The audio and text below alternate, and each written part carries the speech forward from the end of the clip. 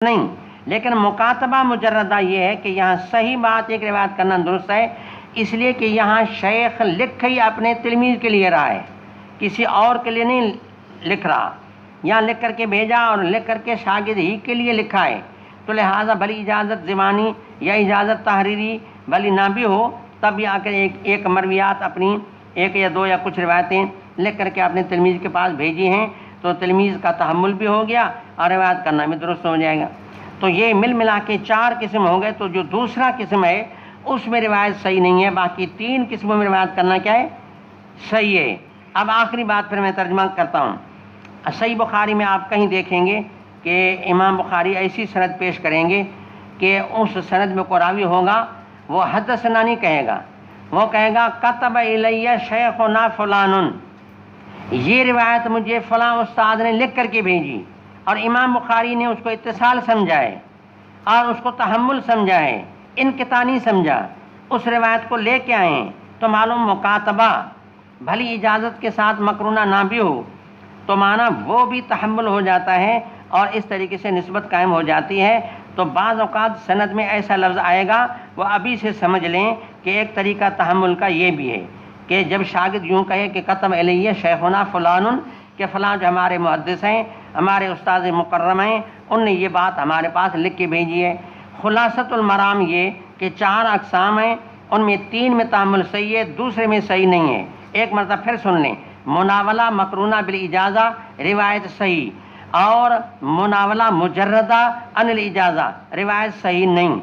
اور مکاتبہ کے دونوں قسم، مکاتبہ مقرونہ بالاجازہ، مکاتبہ مجردہ عن الاجازہ، دونوں میں روایت کرنا صحیح ہے۔ اب آپ دیکھیں امام یہاں مناولہ اور مکاتبہ کے پہلے قسم کو بیان کریں گے، مناولہ بھی مقرونہ بالاجازہ اور مکاتبہ بھی مقرونہ بالاجازہ کا ذکر کریں گے۔ امام فرما رہے ہیں کہ ما یذکر فی المناولہ و کتاب اہل العلم بالعلم الی البلدان، یہ باب اس بات کے تذکرے میں ہے، مناولہ کے تذکرے میں ہے، اور مکاتبہ علماء کا علمی باتوں کو الی البلدان، کہ علماء علمی باتیں لکھ کر کے جو ہے نا وہ شہروں میں یا دیہاتوں میں جنگلوں میں بھیجیں۔ تو دوسری چیز مکاتبہ اور پہلی چیز کیا؟ مناولہ۔ غرض یہ ہے کہ یہ دونوں طریقے صحیح ہیں اور ان طریقوں سے تحمل ہو سکتا ہے، مناولہ سے بھی ہو سکتا ہے، تو اس طریقے سے مکاتبہ سے بھی ہو سکتا ہے۔ اب آگے حسب عادت امام آگے اس کو ثابت کرنا چاہتے ہیں، چنانچہ فرماتے ہیں، یہ دیکھیں آگے کہتے ہیں وقال انس، یہ ٹکڑا تعلیقاً ذکر کیا، توجہ کیا کہہ رہا ہوں بھائی، یہ ٹکڑا کتاب دیکھیں نا، کتاب دیکھتے چلیں بات سمجھ میں آ جائے گی۔ وقال انس، دیکھو سند بیان کی، یہاں سند بیان نہیں کی، تعلیقاً کہا کہ حضرت انس رضی اللہ تعالیٰ عنہ فرمایا کرتے ناسخ عثمان المصاحف، حضرت عثمان نے اپنے دور حکومت میں صحیفے لکھوائے فبعث بہا الی الآفاق، دنیا کے پوری آفاق تمام کناروں میں صحیفے بھیجے، اور تو یہ جو بھیجنا، اس سے یہ بات ثابت ہو گئی کہ علماء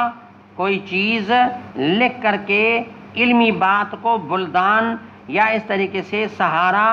جنگلوں میں گاؤں گوٹھوں میں بھیجیں، تو وہ بھی اسی طرح حجت ہے جس طریقے سے حضرت عثمان نے قرآن کے صحیفے لکھوا کر کے اطراف دنیا میں بھیجے، ساری دنیا نے ان کو قرآن سمجھا، حضرت عثمان کا لکھا ہوا صحیفہ سمجھا، آج تک ساری دنیا اس کو سچا بھی کہہ رہی ہے، عمل بھی کر رہی ہے، تو معلومات جیسے وہ درست ہے اور وہ تحمل کا طریقہ صحیح ہے، تو یہ بھی صحیح ہے۔ آگے پھر فرمایا ورعا عبداللہ بن عمر 1، یحییٰ بن سعید 2، امام مالک 3، ان تینوں نے اس کو جائز قرار دیا کہ مناولہ ہو یا مکاتبہ ہو، یہ چیز کیا ہے؟ جائز ہے۔ واحتج بعض اہل حجاز، اور کچھ حجازی علماء نے دلیل یہ پیش کیا مناولہ کے ثبوت میں بحدیث النبی صلی اللہ علیہ وسلم حیث کتب لامیر السریہ، جناب رسول اللہ صلی اللہ علیہ وسلم نے ایک چیز لکھ کر کے اور امیر سریہ جو فوجی ایک دستہ تھا اس کے امیر کے ہاتھ میں پکڑایا، اس کا نام عبداللہ بن جحش تھا۔ کہا بیٹا یہ آپ فوجی دستے کے امیر ہیں اور اپنی عمارت قیادت میں اس دستے کو لے جائیں اور سفر شروع کریں، جاری کریں، میں نے جو چیز لکھ کے دی پڑھنا نہیں۔ ہاتھ میں لے کر کے اپنے جیب میں بند کر کے بس چلے جاؤ اللہ کا نام لے کر۔ پھر کہا فلاں فلاں جگہوں میں جب آپ پہنچیں پھر اس کے بعد میرے اسی تحریر کو کھولنا اور کھول کر کے پڑھ کر کے سنانا، سنانے کے بعد اس کے اندر کے جو بھی احکام ہیں اس میں کسی کو زور نہ کرنا، کوئی خوشی سے عمل کرے تو ٹھیک ہے، فرض کرو کہ آگے بڑھنے کا حکم ہے، کوئی کہتا نہیں ہم تو تھک گئے ہیں، جو تھک گیا تو تھک گیا اس کو چھوڑ دیں، باقی جو آگے بڑھیں آپ کے ساتھ آپ اس ہدایت نامے کے مطابق آگے بڑھیں۔ انہوں نے کہا ٹھیک ہے،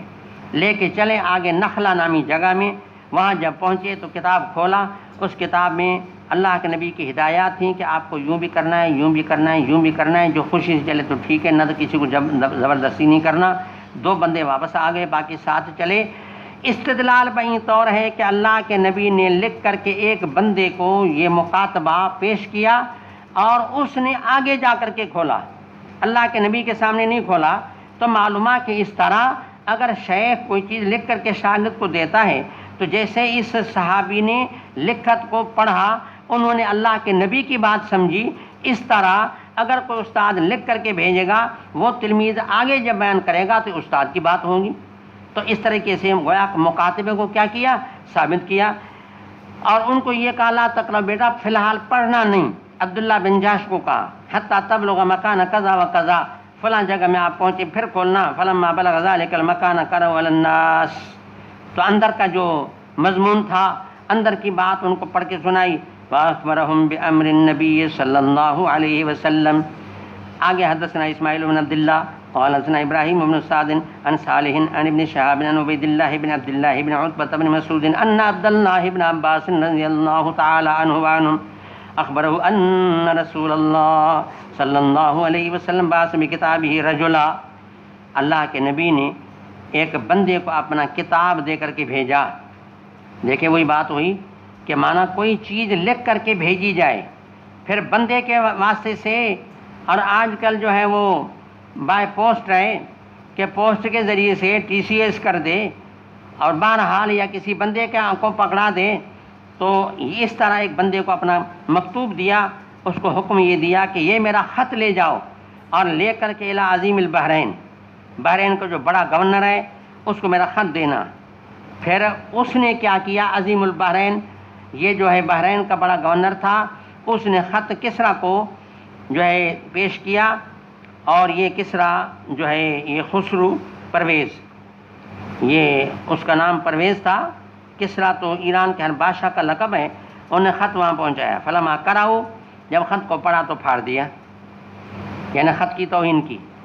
اب دیکھو اس سے سمجھ میں آیا جیسے اللہ کے نبی نے ایک خط لکھ کر کے بندے کے ہاتھ میں پکڑایا تو مانا وہاں جانے کے بعد اگر بے ادبی نہ کرتا تو یہ بات ہوتی کہ مانا یہ اللہ کے نبی کا حکم سمجھتا اور اس پر عمل کرتا اور وہ اس کے لیے حجت ہو جاتی۔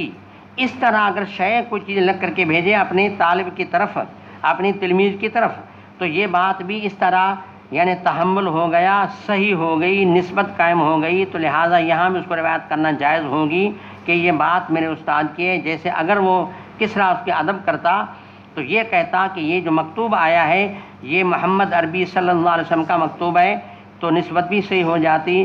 ہدایت بھی مل جاتی، لیکن انہیں تو توہین کی۔ بہرحال پھر اللہ کی شان آگے ذکر آئے گا، آپ پڑھیں گے اس میں۔ تو اس نے خط کو ٹکڑے ٹکڑے کر دیا، اور جب یہ قاصد نے آ کر کے پوری کارگزاری سنائی تو اس پر فرمایا کہ جس طرح نے خط کو ٹکڑے ٹکڑے کیا ہے تو اللہ تعالیٰ ان کو ٹکڑے ٹکڑے کر دے گا۔ چنانچہ ایسا ہوا کہ بادشاہ کے اوپر بیٹے نے حملہ کیا اور اس طریقے سے بادشاہ مر گیا، اور بیٹا جو ہے اس نے اپنے بادشاہ یا اپنا جو والد تھا، والد کی خوبصورت بیوی تھی، اس سے نکاح کیا، اور نکاح کرنے کے بعد وہ بھی سمجھ رہا تھا کہ یہ میرا بیٹا حرامی ہے،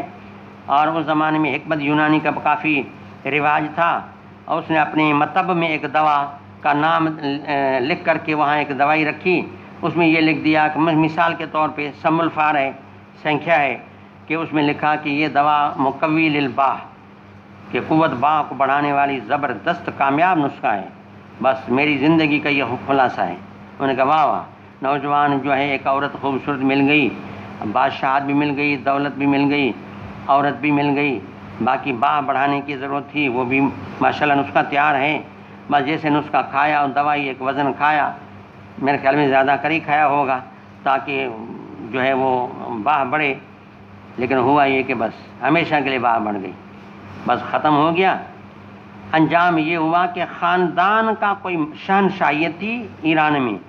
کوئی بندہ مرد نہ رہا جس کو حکومت حوالے کی جائے۔ آخر نبی صلی اللہ علیہ وسلم کی زندگی میں ایک لیڈیز کو اٹھا کر کے انہیں تخت پر بٹھایا، بوران بنت کسرا، اس مائی کا نام بوران تھا۔ جب یہ پتہ چلا فرمایا لن یفلح قوم ولوا امرهم امراتن، جس کے حکمران عورت لیڈیز ہے، ایسی حکومت کبھی بھی فلاح نہیں پائے گی۔ تو بہرحال اس طریقے سے پھر ان کی شہنشاہیت بھی ختم ہو گئی۔ یہ نبی کریم صلی اللہ علیہ وسلم کی بد دعائی کا نتیجہ تھا۔ فحسبت ان سعید بن مسیب قال فدعا علیہم رسول اللہ صلی اللہ علیہ وسلم، اللہ کے نبی نے بد دعائی دی، ان یمزقوا کل ممزق، یہ مفعول مطلق تاکیدی ہے کہ مکمل طریقے سے یعنی پاش ہو جائیں، پارا ہو جائیں، ٹکڑے ہو جائیں، چنانچہ مکمل بربادی ان کی ہو گئی۔